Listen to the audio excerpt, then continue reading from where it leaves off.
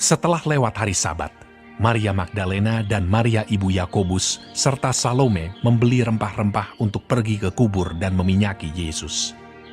Dan pagi-pagi benar pada hari pertama minggu itu, setelah matahari terbit, pergilah mereka ke kubur.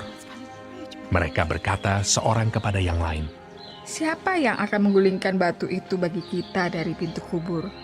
Tetapi ketika mereka melihat dari dekat, tampaklah batu yang memang sangat besar itu sudah terguling. Lalu mereka masuk ke dalam kubur, dan mereka melihat seorang muda yang memakai jubah putih duduk di sebelah kanan. Mereka pun sangat terkejut. Tetapi orang muda itu berkata kepada mereka, "Jangan takut. Kamu mencari Yesus orang Nazaret yang disalibkan itu. Ia telah bangkit. Ia tidak ada di sini.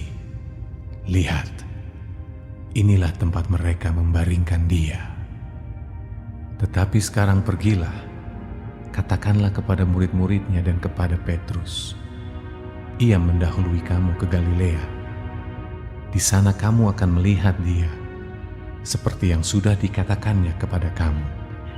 Lalu mereka keluar dan lari meninggalkan kubur itu, sebab gentar dan dahsyat menimpa mereka.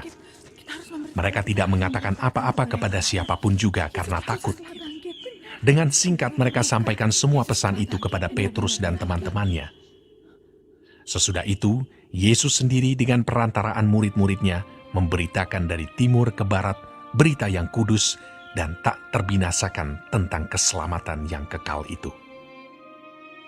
Setelah Yesus bangkit pagi-pagi pada hari pertama minggu itu, ia mula-mula menampakkan dirinya kepada Maria Magdalena.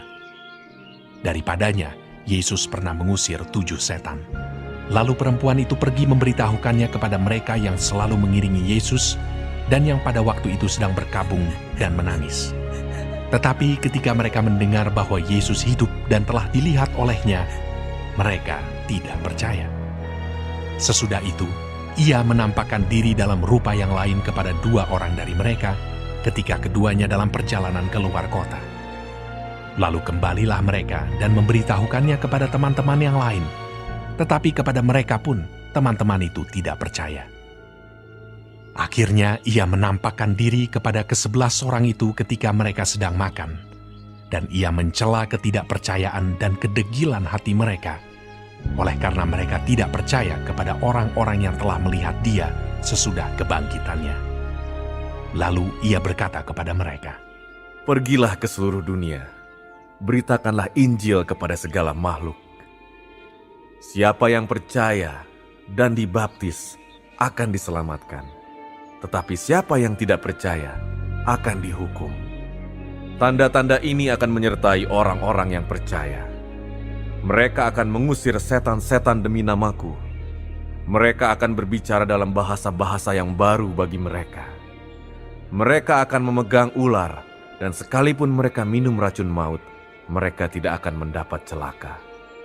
Mereka akan meletakkan tangannya atas orang sakit, dan orang itu akan sembuh."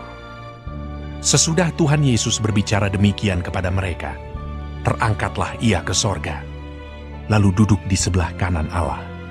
Mereka pun pergilah memberitakan Injil ke segala penjuru, dan Tuhan turut bekerja dan meneguhkan firman itu dengan tanda-tanda yang menyertainya.